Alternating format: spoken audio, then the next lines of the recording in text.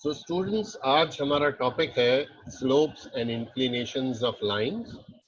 और पहले हम ये देखते हैं कि जो लाइंस हमारे पास होती हैं हम उन्हें प्लॉट कैसे करते हैं। मिसाल के तौर पर हमारे पास जो पहली लाइन है ए, वो है 2x minus Y equals to 4। अगर हम 2x को राइट साइड पे ले आते इट बिकम्स माइनस 2x, और अगर हम साइंस चेंज कर लेते हैं तो हमारे पास सिंपल सी इक्वेशन बन जाती है y equals to 2x minus 4।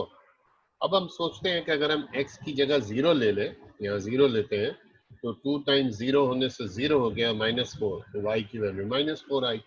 1 डाला माइनस 2 आ गई, 2 डाला 0 आ गई, 3 डाला 2 आ गई, 4 डाला 4 आ गई। तो वेरियस वैल्यूज जो है हमने इसमें पुट कर दी और फिर हमने इनको प्लॉट किया तो पता चला कि ये सारे पॉइंट्स एक ही कतार में आ रहे थे और इस तरह से हमारी प्लॉटिंग हो गई।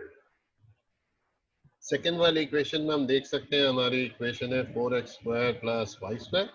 हम जब 4x स्क्वायर को राइट साइड पे लाते हैं और स्क्वायर रूट लेते हैं तो इसमें आयोटा आ जाता है। आयोटा को हम इमेजिनरी मानते हैं और इमेजिनरी लाइंस की कोई ग्राफ नहीं होती, प्रैक्टिस सेकेंड ईयर तक तो नहीं होती, उसके बाद सीख लेंगे। नेक्स्ट इक्वेशन हमारे पास x square minus 4y equals to 0 है। एक्स स्क्वायर को यहाँ लाए, नेगेटिव साइन कैंसिल की, y की वैल्यू बन गई x square upon 4। Once again हमने x की कुछ चुनिंदा वैल्यूज ली हैं। इस बार मैंने कोशिश ये की है कि मैं ऐसी वैल्यूज लूँ जो 4 से आराम से कैंसिल हो सके, और फिर इनको प्लॉट किया तो ये शेप बना है। आगे जाके हम सीखेंगे कि इस शेप का नाम होता है पैराबोला। असाइनमेंट के तौर पर सेन बोर्ड के पेज 82 को खोलकर क्वेश्चन 1 एंड क्वेश्चन 3 करना है। किताब अगर खुली हुई है तो एक नजर उस पर डाल लें, कुछ पूछना है तो अभी पूछ लें। ग्राफ बनाने में कोई प्रॉब्लम है तो भी बता दें। आपको ग्राफ जो है वो ग्राफ पेपर पे बनाना है, मेरी तरह सीधे सीधे पेजेस पे नहीं बनाना। 1 एंड 3 देख लें, कोई मसला है तो अभी बोलें।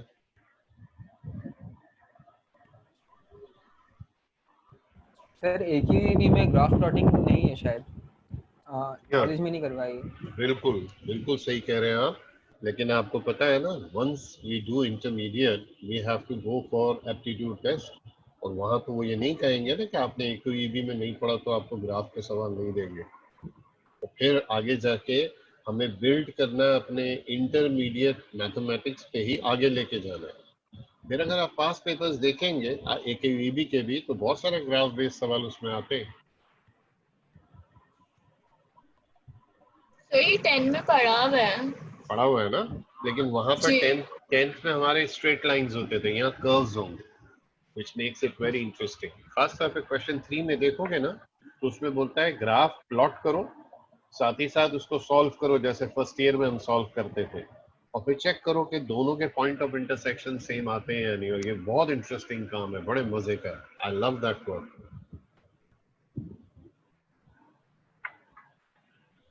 सो अब आप तीनों मुझे ओके कहें तो फिर मैं आगे जाऊं। Okay sir. ओके, हमजा। जी सर, ओके। ओके जी सर। दानियल, ठीक है। अब हम क्वेश्चन नंबर 2 की तरफ चलते हैं।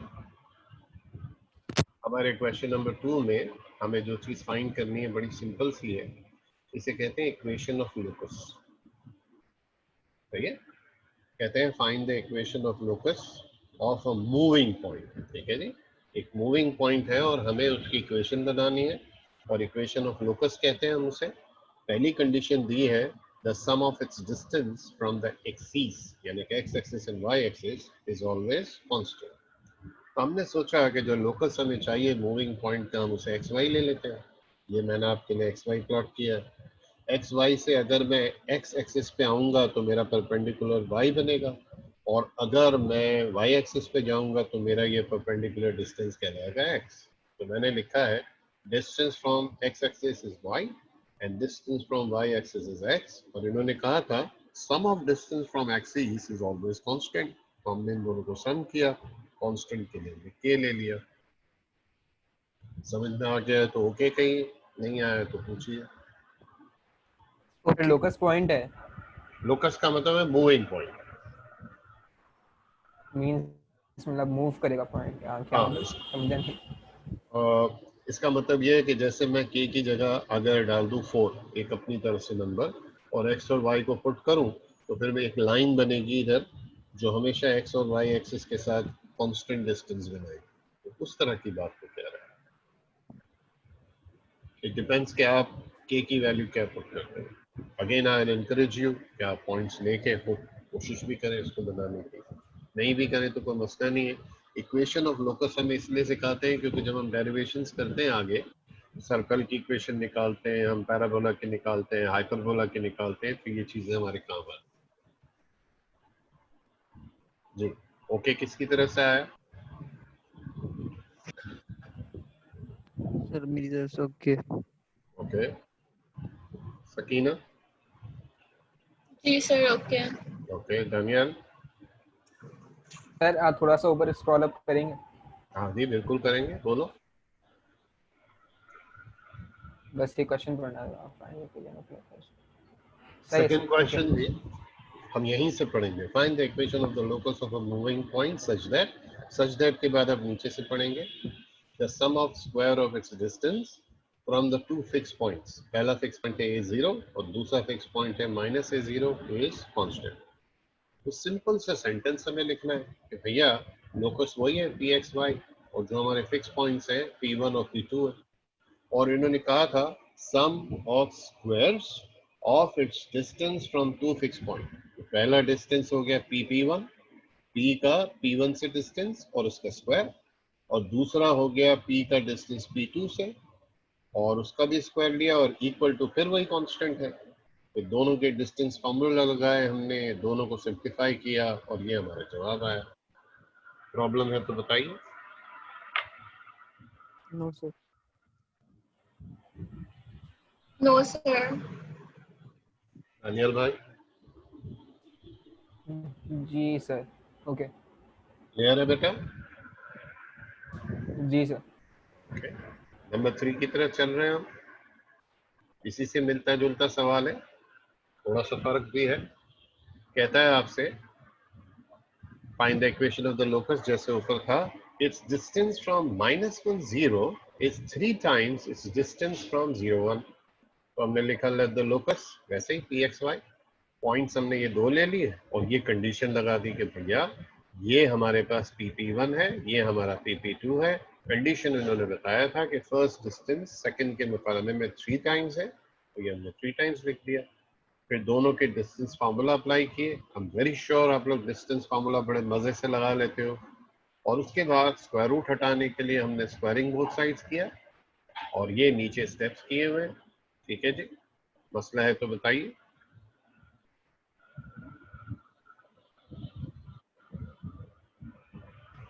नो सर क्लियर है। No sir. No sir. ठीक है जी, दानियल भाई आगे बढ़ रहे हैं। नहीं सर नहीं है मसला। जी सर। ठीक है, अब ये सवाल सिर्फ मैं आपके सामने रख रहा हूँ और आप खुद इसको पढ़ेंगे और खुद समझेंगे और मुझे बताएंगे कोई मसला होगा तो। ये थोड़ा सा अगर ये मिसिंग हो रहा है, लाइट हो रहा है, तो आप समझ सकते हैं क्या है। नहीं आए तो मुझे बता दीजिएगा। हमारा फाइनल जवाब x - y = 0 है। आराम से देखिए।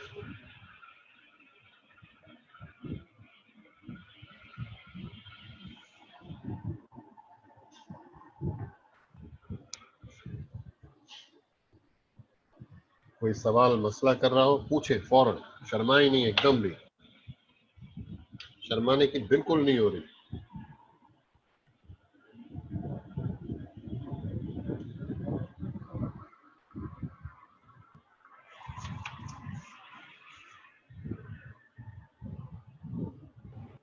सर हम ये दोनों पॉइंट्स का मिड पॉइंट निकाल सकते हैं पॉइंट उसका लूकस का।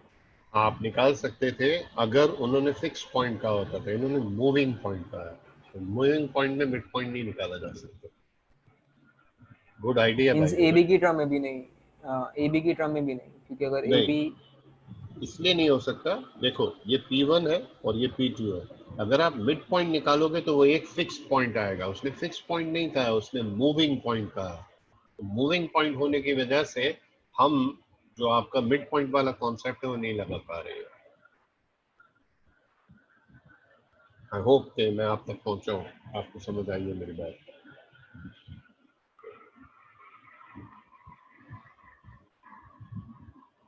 सर ये भी तो पॉइंट्स ए बी के इसमें मींस ये भी तो फिक्स पॉइंट नहीं है फिर।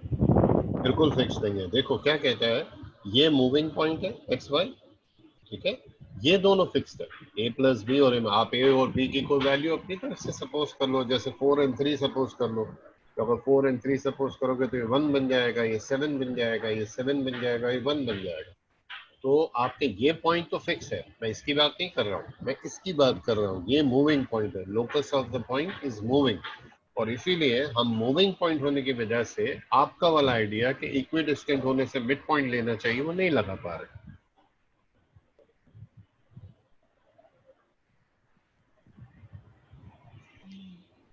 तीनों की तरफ से ओके आएगा तो मैं आगे बढ़ूंगा। Okay sir.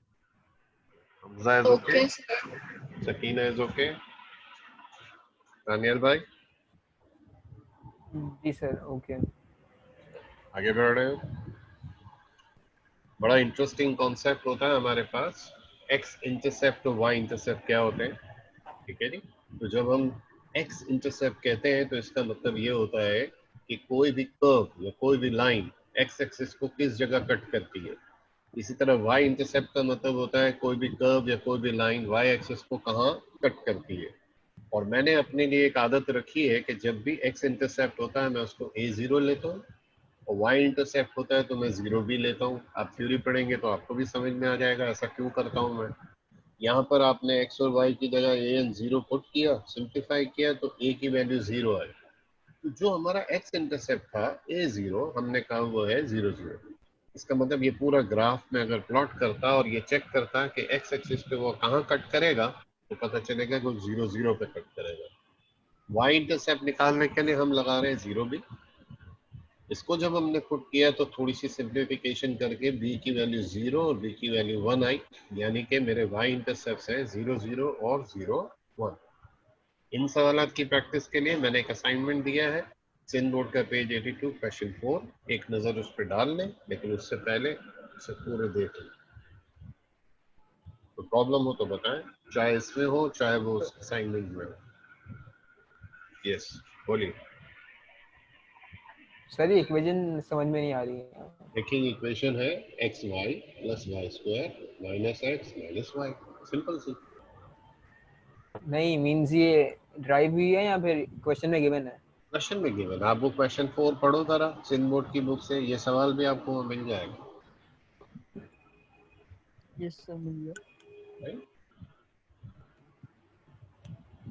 Hmm.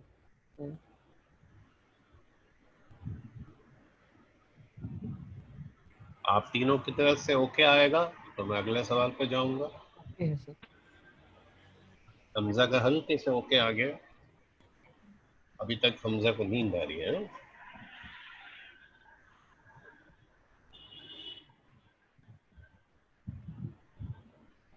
Sakina and Tania okay sir. Okay. Daniyal भाई सर वाई इंटरसेप्ट 0 0 भी हो सकता है। हाँ जी हो सकता है ना, इसमें आए ना एक्स इंटरसेप्ट भी 0 0 है, वाई इंटरसेप्ट भी 0 0 है, क्योंकि 0 0 जिसको हम ओरिजिन कहते हैं वहां पर दोनों एक्सेस होता है। ठीक सही। ठीक ठीक है, ओके। आगे बढ़े। जी सर। जी जी। ओके, हमारा जो क्वेश्चन नंबर 4 है, another very interesting question, but इसके लिए मुझे आपकी स्क्रीन को थोड़ा सा छोटा करना पड़ेगा ताकि ये पूरा ग्राफ आपको नजर आए। ओके सो हमसे कहते हैं draw through the given points a line with given slope. Theory में आपको स्लोप की डिटेल्स पढ़नी है, मैं अभी आपको थोड़ा कोशिश करके स्लोप को शॉर्ट में बताऊंगा। हमारा जो पॉइंट है वो है 2, -1। सो लोकेट करते हैं, इस पूरे ग्राफ में हमारा 2, -1 ये रहा। You can see that this is 2, -1। Okay बोलिए अगर आपको पॉइंट नजर आ गया है तो, मेरा कर्सर ओके सर। मूव कर रहा है। ओके। ठीक है दानियाल। जी सर आ रहा है ना सर। ओके अब जो स्लोप है, थ्योरी तो आप इंशाल्लाह बुक से पढ़ेंगे, मुझे आपको स्लोप में अभी सिर्फ इतनी सी बात समझानी है कि स्लोप जो है वो 3/5 है। 3 का मतलब वाई एक्सिस पे मूव करो, 5 का मतलब एक्स एक्सिस पे मूव करो।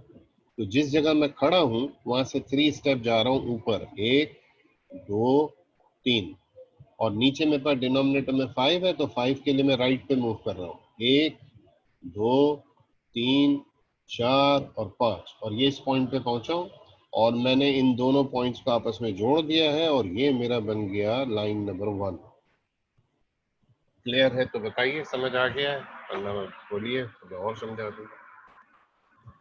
सर आ गया समझ।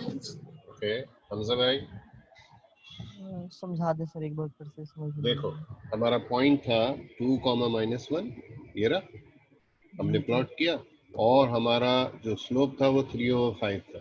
3 का मतलब नहीं हुआ, सर ये जो m इज इक्वल टू 3/5 ये क्वेश्चन में दिया हुआ है।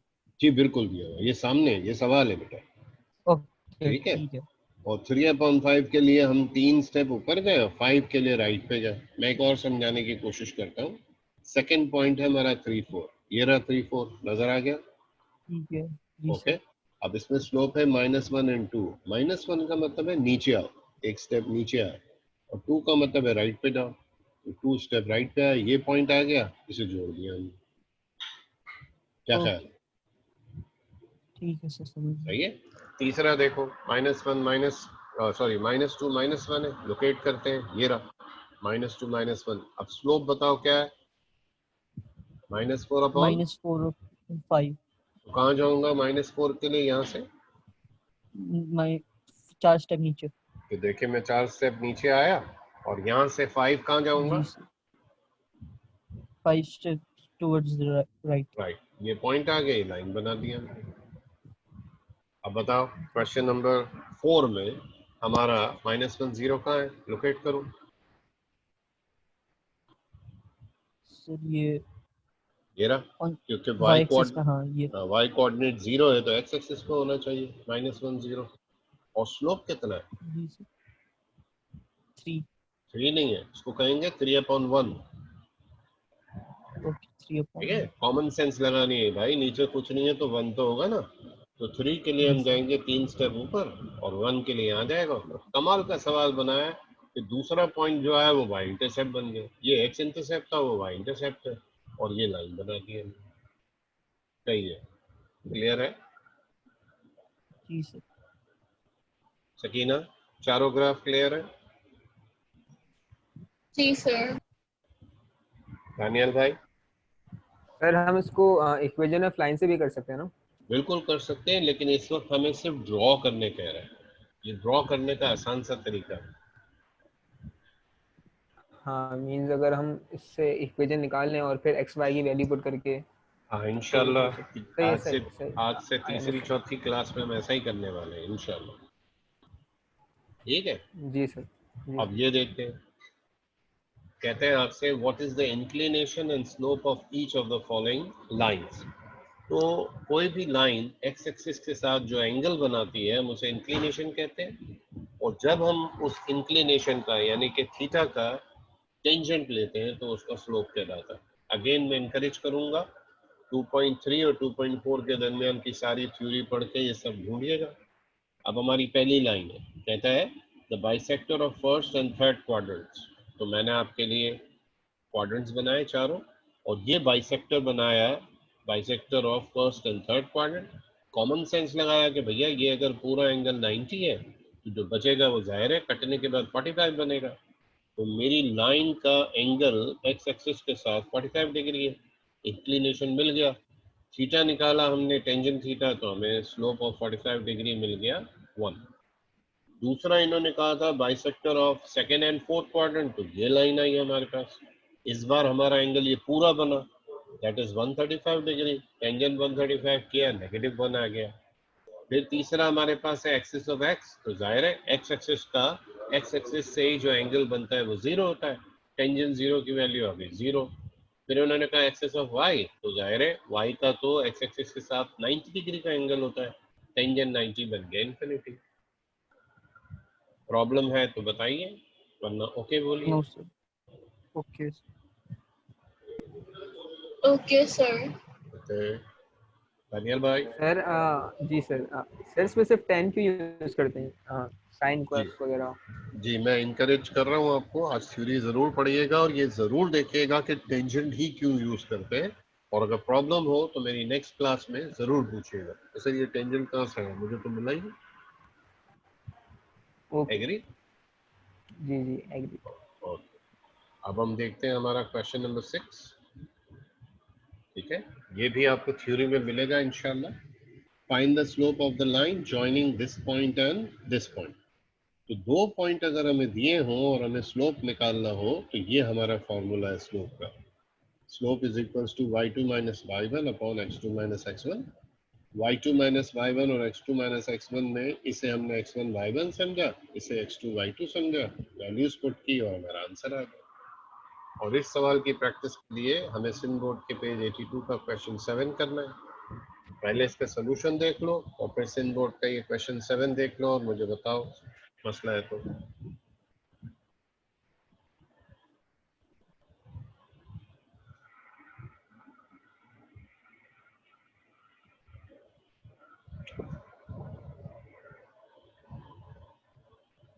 नहीं सर क्लियर है। गुड। सर क्लियर है। जी सर डन। ओके, थोड़ी देर पहले हम एक सवाल कर रहे थे लोकस वाला, तो मैं आपके लिए एक और लोकस वाला सवाल ले आया हूँ। कहते हैं find the equation of locus of a moving point such that the slope of the line joining the point to A is 3 times the slope of the line joining the point to B। आसान सी जबान में बात करें, point का locus हमने XY लिया और condition दी है slope of AB is 3 times slope of BP। तो हमने ये AP है, सॉरी मैंने AB बोल दिया, ये AP है। Slope of AP is equal to thrice slope of BP। अब ये दोनों में स्लोप का फॉर्मूला लगाया, सिंप्लीफाई किया और हमारा आंसर आया। So, अगर हम क्वेश्चन नंबर 5 को अच्छी तरह स्लोप निकाल देंगे तो ये 6 हमारे लिए बड़ा आसान हो जाएगा। स्टेप्स देख लें, क्लियर हो जाए तो मुझे बताइए, ओके, वरना सवाल कीजिए।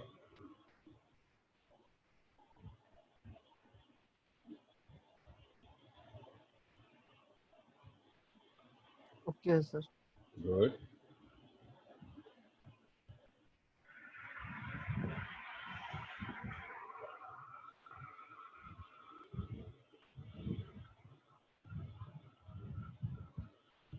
Sakina and Daniyal, okay sir. Sir एक बार एक्सप्लेन कर देंगे, स्पेशली वो सेकंड स्टेप समझ में नहीं आ रहा, फ्लैश पड़ रहा है इसका। देखिए हमारे पास है slope of AP equals to thrice slope of BP. ये कंडीशन यहाँ दी हुई है, such that the slope of the line joining the point A is 3 times the slope of the line joining the point B. तो जो AP का slope है वो बीपी के स्लोप से थ्राइस है। बाकी हमें कुछ नहीं करना है, स्लोप के फॉर्मूले लगाने, y2 minus y1 upon x2 minus x1 और सिंप्लीफाई करना है। सही है सर, आगे समझता है। गुड। तो आहिस्ता आहिस्ता हम मुश्किल सवालात की तरफ जा रहे हैं। क्वेश्चन नंबर 7 में हमें कहते हैं if the slope of the line is -2/3 find the slope of the line which is number 1 parallel, number 2 perpendicular। A part parallel, B part perpendicular। once again मैं आपको encourage करूंगा थ्योरी पढ़ें। Parallel में आप पढ़ेंगे कि जब भी लाइंस पैरेलल होती हैं तो उनके स्लोप्स इक्वल होते हैं। तो अगर फर्स्ट लाइन का स्लोप है -2/3 तो सेकंड का भी होना चाहिए -2/3। ये सिंपल सा प्रोसेस है। परपेंडिकुलर हो तो जरूरी होता है कि स्लोप्स का जो प्रोडक्ट है वो -1 के बराबर हो। तो m1 की जगह हमने -2/3 डाला, m2 हम फाइंड करना चाहते हैं और m2 निकालने के लिए इसको वहां भेज के रेसिप्रोकल करके मल्टीप्लाई करेंगे तो हमारे पास 3/2 आएगा। इसको अच्छे से देख लें और असाइनमेंट में पेज 83 का क्वेश्चन 8 भी देख लें कि वो कैसे करना है।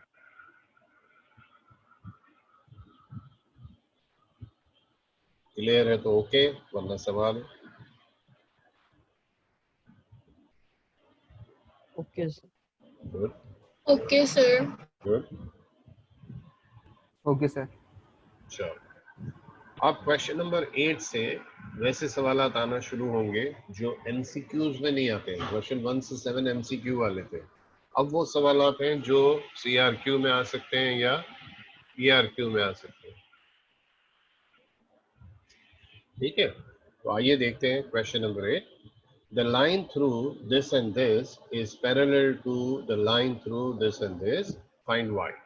ठीक है, कंडीशन क्या दी, दो ऐसी लाइंस हैं जो आपस में पैरेलल है, तो हमने कहा m1 is equals to m2, पहले हमने m1 की वैल्यू निकाली, वही y2 minus y1 upon x2 minus x1 से, ये आ गई हमारे पास वैल्यू, फिर हमने m2 निकाली, दोनों को इक्वेट किया और आंसर आया। चेक करें और बताएं समझ आया या नहीं। आगे सर। Clear, sir. जी सर। अब जरा बताइए, क्वेश्चन 8 समझ आ गया है, तो क्वेश्चन 9 में क्या फर्क है, आराम से देखिए और मुझे बताइए।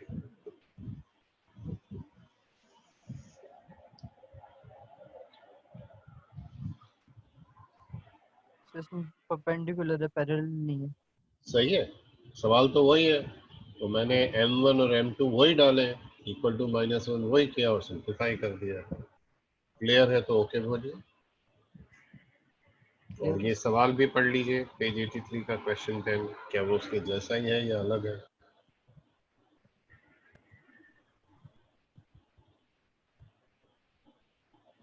ऐसे ही है। गुड, पकीना। एक्स फाइंड कर। Sir, clear. दानियाल। जी सर क्लियर है। That's good.